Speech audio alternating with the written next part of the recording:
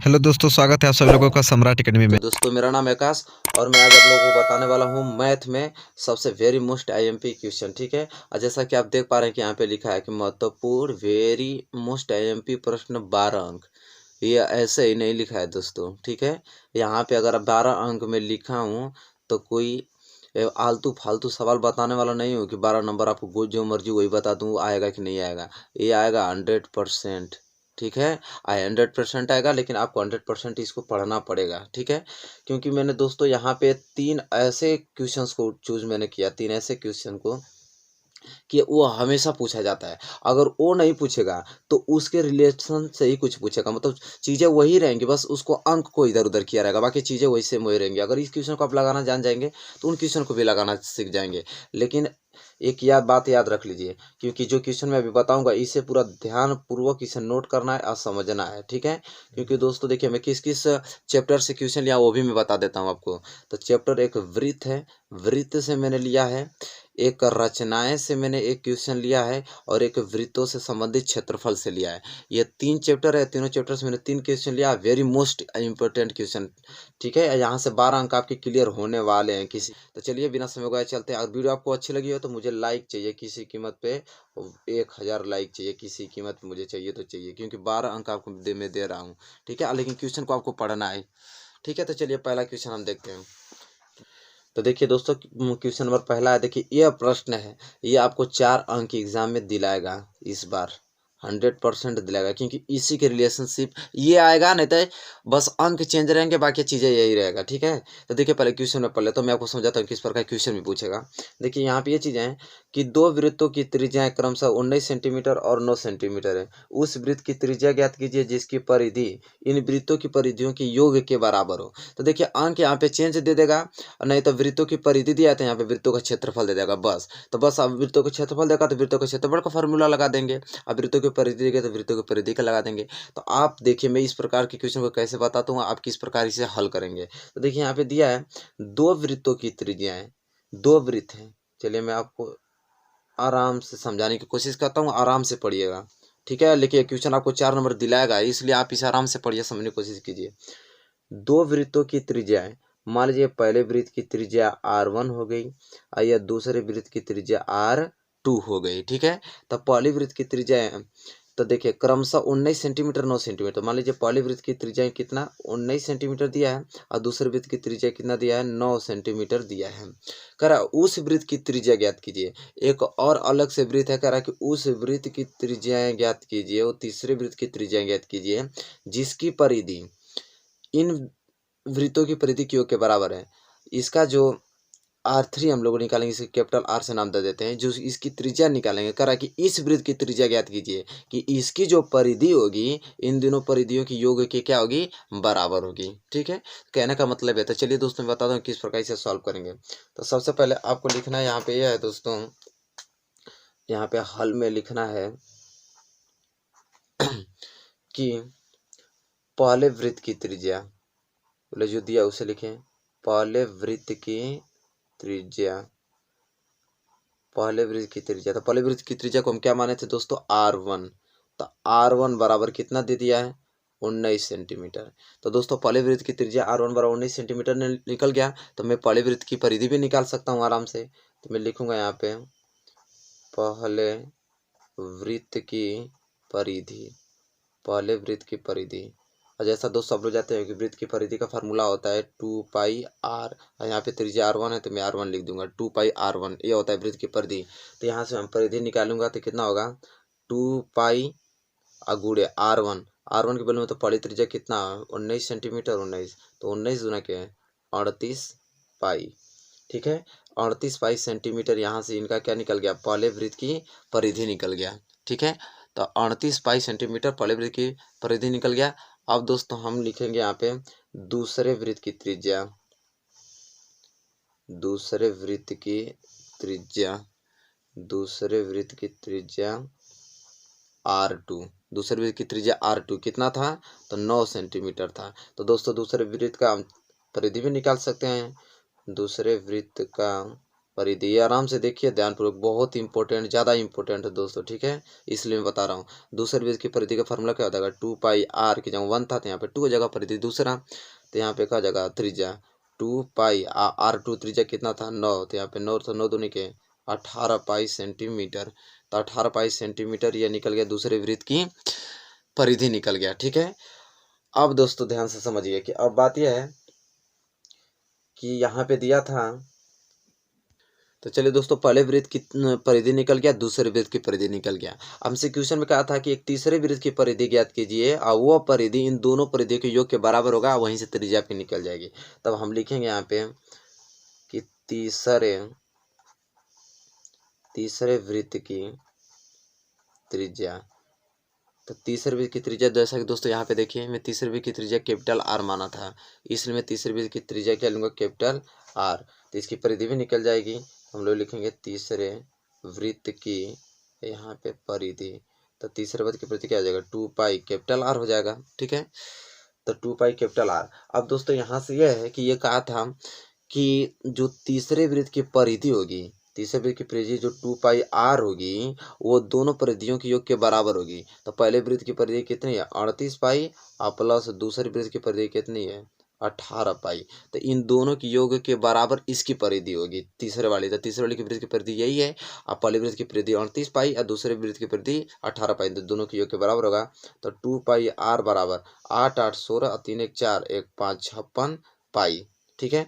तो पाई से पाई यहाँ से कैंसिल हो गया, बचा क्या 2r बराबर 56, तो r बराबर कितना निकल जाएगा 56/2, तो कट जाएगा, तो यहाँ से निकल जाएगा आपका r बराबर 28 सेंटीमीटर। तो r हमारी क्या है, तो r माने थे तीसरे वृत्त की त्रिज्या, तो यही तो हमसे क्वेश्चन में पूछा था दोस्तों यहाँ पे कि उस वृत्त की त्रिज्या ज्ञात कीजिए जिसकी परिधि इन वृत्तों की परिधि के योग के बराबर है। तो उस वृत्त की त्रिज्या कितना निकल गया 28 सेंटीमीटर। तो दोस्तों आपको जो ये क्वेश्चन मैं बताया हूँ ये वेरी मोस्ट आईएमपी क्वेश्चन, इसे आप लिख लीजिए, ठीक है। अगर ये क्षेत्रफल के बताता तो क्षेत्रफल का फार्मूला लगाते, अब वृत्त का क्षेत्रफल का फार्मूला होता है πr², इस पर रख देते तो इस पर आ जाता है, ठीक है। तो बहुत ही ज़्यादा महत्वपूर्ण क्वेश्चन है, 4 नंबर यहाँ से आपकी क्लियर हो सकेंगे, बिल्कुल हो सकेंगे, ठीक है। लेकिन ईमानदारी से इस क्वेश्चन को आपको घर पर करना है और यहाँ पे चीज़ों को समझना है, ठीक है। देखिए मैं इस तो थोड़ा दिखा देता हूँ ताकि आपको ये समझ में आ जाए, स्क्रीनशॉट इसका ले लें कि किस प्रकार क्वेश्चन लगा हुआ है। चलिए क्वेश्चन दूसरे की ओर बढ़ चलते हैं। तो चलिए दोस्तों बात कर लेते हैं क्वेश्चन नंबर दूसरे के बारे में। देखिए दोस्तों बात यह है कि आप लोग कहते हैं कि मोस्ट इंपॉर्टेंट क्वेश्चन मैथ का करा दीजिए, तो दोस्तों ये मोस्ट इंपॉर्टेंट क्वेश्चन ही है, ठीक है। और 12 नंबर आपको दिलाएगा, जो आज जो वीडियो जो लोग भी देख लेंगे समझिए 12 नंबर आपका कंफर्म है। लेकिन देखने से मतलब नहीं है, इसे सीखना है, इसे बनाना भी है, किसी कीमत पर भी बनाना पड़ेगा। देखिए दोस्तों एक लास्ट बार और मैं कहता हूँ, इतने वेरी मोस्ट आईएमपी क्वेश्चन है कि इस तरह के यही क्वेश्चन इस तरह के ही पूछे जाते हैं, आप विश्वास नहीं करेंगे, इस प्रकार के क्वेश्चन पूछे जाते नहीं। तो आप ये तैयार करके जाइए, एग्जाम में बैठिएगा तो हमसे बात कीजिएगा, कमेंट बॉक्स में जो भी कहना होगा कीजिएगा, लेकिन आप इसे किसी कीमत पे इसे आप याद कीजिए, ठीक है। तो चलिए पहले सवाल को समझने की कोशिश कीजिएगा, अब वीडियो शुरू से लेकर लास्ट तक देखनी है। तो देखिए यहाँ पे क्वेश्चन दूसरा कि 5 सेंटीमीटर 6 सेंटीमीटर और 7 सेंटीमीटर भुजाओं वाले एक त्रिभुज की रचना कीजिए और फिर एक अन्य त्रिभुज की रचना कीजिए जिसकी भुजाएं दिए हुए त्रिभुज की संगत भुजाओं की 7/5 यूनिट, ठीक है। बहुत ही ज़्यादा इंपॉर्टेंट है दोस्तों, ठीक है। तो आपको इसमें लगना प्रकार का एक प्रकार ले लीजिए और हमारे साथ शुरू हो जाइए बनाने के लिए। तो चलिए मैं बताता हूँ किस प्रकार आपको बनाना है। देखिए यहाँ पे दिया है क्वेश्चन में 5 सेंटीमीटर 6 सेंटीमीटर और 7 सेंटीमीटर भुजाओं वाले एक त्रिभुज की रचना कीजिए। तो पहले इतना करते हैं, 5 सेंटीमीटर 6 सेंटीमीटर 7 सेंटीमीटर भुजाओं वाले त्रिभुज की एक रचना करेंगे। तो सबसे बड़ी भुजा क्या है 7 सेंटीमीटर, तो हम इसको आधार मानेंगे, ठीक है। तो देखिए यहाँ पे अब इसे बनाना मैं चालू करता हूँ। सबसे पहले मैं क्या करूँगा कि 7 सेंटीमीटर का एक रेखाखंड खींचूँगा, 7 सेंटीमीटर का एक रेखाखंड। तो चलिए सबसे पहले आपको यही काम करना है, 7 सेंटीमीटर का रेखाखंड खींचना है।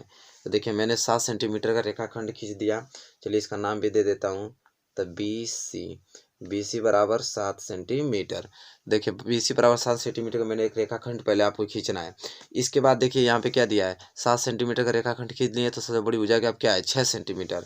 अब आपको करना है दोस्तों यह है कि प्रकार खोलकर और 6 सेंटीमीटर का आप दूरी भर लेना है। इसे दोस्तों आपको करना है किसी कीमत पे करना। अगर 4 नंबर इस क्वेश्चन पे चाहिए तो आपको करना पड़ेगा किसी कीमत पे, तो आप कीजिए। तो 6 सेंटीमीटर का देखिए हम दूरी यहाँ पे भर लिया। अब 6 सेंटीमीटर दूरी भर कर अब बी को केंद्र मानकर यहाँ पे मैं ऊपर की साइड एक चाप लगाऊंगा, ठीक है। तो 6 सेंटीमीटर भी हो गया। तो 7 सेंटीमीटर को मैंने आधार माना, 6 सेंटीमीटर का एक चाप लगा, बचा 5 सेंटीमीटर। अब दोस्तों हम क्या करेंगे कि फिर प्रकार की सहायता से अब यहाँ पे मैं 5 सेंटीमीटर का दूरी भरकर अब सी को केंद्र मानकर अब इस यहाँ पे एक चाप लगाऊंगा। तो देखिए पहले चाप को ये चाप यहाँ पे काटा है। अब जहाँ पे काटा है दोस्तों तो इसका नाम हम रख देंगे ए, नाम रख देंगे। अब ए से मुझे बी को मिलाना है। अब ए को हम क्या करेंगे कि ए को अब बी से मिला देंगे और इसी ए को अब हम सी से मिला देंगे, ठीक है। इस ए को हम सी से मिला दिए। तो देखिए त्रिभुज अब यहाँ पे ये कितना सेंटीमीटर था, 6 सेंटीमीटर, और ये कितना था, 5 सेंटीमीटर था। तो दोस्तों जैसा कि आप देख पा रहे हैं कि पहला उसका यही था कि 5 सेंटीमीटर, 6 सेंटीमीटर और 7 सेंटीमीटर भुजाओं वाले त्रिभुज की रचना कीजिए। और जैसा कि आप देख पा रहे हैं कि 5 सेंटीमीटर, 6 सेंटीमीटर और 7 सेंटीमीटर भुजा का एक रचना भी हो गया। तो एक त्रिभुज यहाँ से आपका बन गया। अब आगे कर आए और फिर एक अन्य त्रिभुज की रचना कीजिए जिसकी भुजाएं दिए हुए त्रिभुज की संगत भुजाओं की 7/5 गुनी है। तो चलिए दोस्तों मैं बताता हूँ कि अब आगे करना आपको क्या है। तो आगे करना है दोस्तों ये कि बी को केंद्र मान के इस बी पे न्यून कोण बनाना है। न्यून कोण का मतलब दोस्तों ये होता है कि जो 90 अंश से छोटा उसे न्यून कोण कहते हैं। तो 60 अंश का कोण बना दीजिए इस पे आप। तो सबसे पहले आपको करना है कि बी पे आपको 60 अंश का कोण बनाना। तो 60 अंश का कोण बनाना जानते हैं। सबसे पहले आपको क्या करना है कि एक ऐसे चाप लगा देना है कोई भी दूरी लेके। इसके बाद यहाँ से जब आप एक चाप लगाएंगे तो ये 60 अंश का ही होता है, ठीक है। तो ये 60 अंश का बन गया। आप बी से अब इस चाप को मिलाते हुए रेखा खींच देना, तो ये आपका न्यून कोण बन जाएगा, ठीक है। तो यहाँ पे पीछे की करते हुए आपको एक रेखा खींच देनी है, ठीक। अभी कितना अंश का है, तो 60 अंश का है। अब आपको करना है दोस्तों आगे यह है कि प्रकार कोई भी एक छोटी दूरी लेके, प्रकार से कोई भी एक दूरी आप निश्चित दूरी ले सकते हैं, कोई भी एक दूरी लेके आपको करना ये चीज़ें हैं कि देखिए 7/5 गुनी हो जाए। क्वेश्चन में दिया है कि 7/5। यहाँ से कंसेप्ट एक बार समझ लीजिए पहले। 7/5। अब आपको करना है कि सबसे पहले देखना है इसमें बड़ा कौन है। तो बड़ा क्या है इसमें, बड़ा सबसे 7 है। तो बड़ा इसमें 7 है। तो दोस्तों आपको करना क्या है कि ये जो आप रेखा खींचे, देखिए दोस्तों पढ़ना ही पड़ेगा, बहुत डिफिकल्ट है लेकिन पढ़ेंगे तभी नंबर मिलेगा इसमें। तो आप कोई भी एक प्रकार से एक दूरी ले लीजिए और करना आपको क्या है कि 7 चाप लगाइए क्योंकि बड़ा 7 ही था। तो 1 2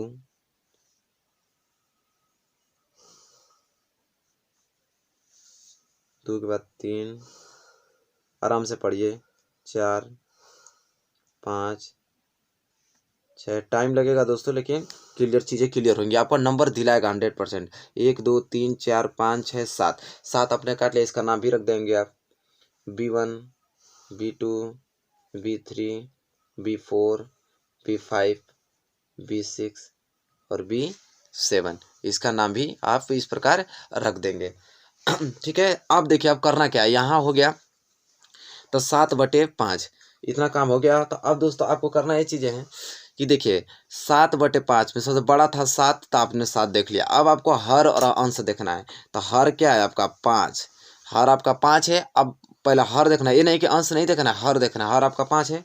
अब 5 को क्या करना है, सी से मिला देना है। तब B5 को आप किस से मिला देना है, सी से मिला देना है। तो B5 को आप सी से यहाँ पे मिला देंगे। अब आपको करना ये चीज़ें हैं दोस्तों कि अब हर आपने देख लिया, अब अंश देखना है। अंश कितना है, 7 है। तो अब देखिए 7 पे B5 और सी के समानांतर एक रेखा खींचना है। रेखा खींचना होगा तो इस सी को आगे बढ़ाना पड़ेगा। तो दोस्तों चलिए पहले मैं इस सी को आगे बढ़ा देता हूँ, ठीक। जब आप इस सी को आगे बढ़ाएंगे और यहाँ पे देखिए, यहाँ पे B5 और सी के समानांतर खींचना है। देखिए करना सबसे पहले है कि कोई एक चाप लेकर B5 पर रख कर आप एक यहाँ पे चाप लगाएं। उसी चाप से B7 पे रख के B7 पे एक आप चाप लगाइए। फिर आपको करना क्या है कि यहाँ से लेके और यहाँ तक की दूरी आपको प्रकार में नाप लेनी है। यहाँ से लेके यहाँ तक की दूरी, देखिए यहाँ से लेके यहाँ तक की दूरी नापने के बाद सेम उसी दूरी से यहाँ से लेके यहाँ तक कटा दीजिए। फिर आपको करना क्या है कि B7 से होते हुए इस चाप को मिला दीजिए, ठीक है। तो B7 से उससे मिला देंगे, जहाँ काटेगा वहाँ पे आप C डैश रख लीजिए। तो देखिए B5C के समानांतर B7 C डैश हो गया, ठीक है। तो अब ये क्या करना है आपको कि अब देखिए CA के समानांतर यहाँ से C डैश से समानांतर खींच रहा था, खींचना होगा तो इस A को आगे बढ़ाना पड़ेगा। तो चलिए मैं थोड़ा इसे आगे बढ़ा देता हूँ, ठीक है। तो चलिए आगे बढ़ाएंगे दोस्तों, तो यहाँ पे रेखा निकल गई। अब CA के समानांतर खींचना, तो फिर आप C को केंद्र मानकर कुछ एक निश्चित दूरी से एक चाप लगाइए, उसी दूरी से C1 से एक चाप लगाइए, ठीक है। फिर आपको इस प्रकार की सहायता से यहाँ पे इस चाप को नाप लेना है, ठीक है, इतना है। उसी को यहाँ पे रख के एक चाप लगाना है, ठीक। यहाँ पे लगने के बाद C डैश से इस चाप को क्या करना है, आपको मिला देना है, ठीक है। तब यहाँ पे मिलाएंगे तो जहाँ काटेगा यहाँ पे A डैश हो जाएगा। अब देखिए CA के समानांतर C डैश A डैश हो गया कि नहीं। तो दोस्तों अब ये आपका फिगर बन के तैयार हो गया, जो कहा था वो हो गया। तो ये कहा था हमसे कि 5 सेंटीमीटर 6 सेंटीमीटर 7 सेंटीमीटर भुजा वाले एक त्रिभुज की रचना कीजिए और फिर एक अन्य त्रिभुज की रचना कीजिए जिसकी भुजाएं दिए हुए त्रिभुज की संगत भुजाओं की 7/5 गुनी है। तो दोस्तों ये चीज़ें आपका फिगर बन के तैयार हो गया। तो सबसे पहले आपको इसी तरह फिगर बनाना है, त्रिभुज बनाना है, फिर न्यून कोण बनाना है। सबसे बड़ा 7 है तो 7 को चाप लगाना है। फिर हर को देखना, हर आपका 5 है तो 5 को आपको C से मिला देना है। फिर अब देखिए B7 से B5 और C डैश के समानांतर मैंने खींचा, फिर CA के समानांतर C डैश के समानांतर खींचा। अब फिगर आपका बन गया है। अब दोस्तों आप करना क्या है, तो यहाँ पे आपको रचना लिखना है, रचना के चरण और लिखना है और रचना का औचित्य बताना है, तब जाके फुल नंबर आपको 4 नंबर मिलेगा। तो अब मैं आपको बताऊंगा कि रचना के चरण कैसे लिखना है। रचना के चरण में दोस्तों जो जो किए हम लोग प्रक्रिया वही चीज़ लिखना होता है, ठीक है। तो चलिए दोस्तों, जैसा कि मैं बताया था रचना के चरण में, ठीक है। तो देखिए रचना के चरण कैसे लिखना है दोस्तों। ये टॉपिक बड़ा है, मैं समझ रहा हूँ टॉपिक बड़ा है, लेकिन फिर कोई तरीका भी नहीं है कि 4 नंबर आपको मिल जाएगा एग्जाम में। तब तक ये वाला सवाल नहीं करेंगे तो समझिए कि किसी कीमत पे 4 नंबर आपको मिलने वाला नहीं है, ठीक है। आप चाहे कुछ भी कर लीजिए इसके लिए। तो आपको ये 4 नंबर पाने के लिए अब ये प्रश्न पढ़ना ही पड़ेगा, किसी कीमत पे पढ़ना पड़ेगा। तो रचना के चरण में देखिए सबसे पहले हम लोग क्या किए थे, एक रेखाखंड BC बराबर 7 सेंटीमीटर लिया था। इसके बाद B को केंद्र मान के मैंने 6 सेंटीमीटर त्रिज्या लेकर एक चाप लगाया तथा C को केंद्र मानकर 5 सेंटीमीटर त्रिज्या लेकर एक चाप लगाया, जो पहले चाप को बिंदु A पर काटता है। तो दोस्तों यही चीज़ मैं किया हूँ। देखिए पहले BC मैंने 7 सेंटीमीटर किया, फिर B को केंद्र मान के मैंने 6 सेंटीमीटर का एक चाप लगाया, फिर C को केंद्र मान के 5 सेंटीमीटर का चाप लगाया। तो इसी प्रकार जो जो मैं किया हूँ वही लिखा हूँ दोस्तों इसमें, ठीक है। तो यही लिखना है आपको। तीसरा में मैंने क्या है, AB तथा AC को मिलाया जिसमें त्रिभुज ABC प्राप्त हुआ जिसकी भुजाएं 5 सेंटीमीटर 6 सेंटीमीटर तथा 7 सेंटीमीटर है, इसको लिख देना। फिर चौथा नंबर पर हम लोग क्या किए थे कि बिंदु B पर CBX एक न्यून कोण बनाया। तो देखिए यहाँ पे बिंदु B पे मैंने कोण बनाया था, तो CBI जो यहाँ पे रेखा जा रही है इसका नाम X रख लीजिए। तो बिंदु B पे CBX एक क्या न्यून कोण बनाया, जैसा कि आप देख पा रहे हैं। तो CBX एक न्यून कोण बनाया।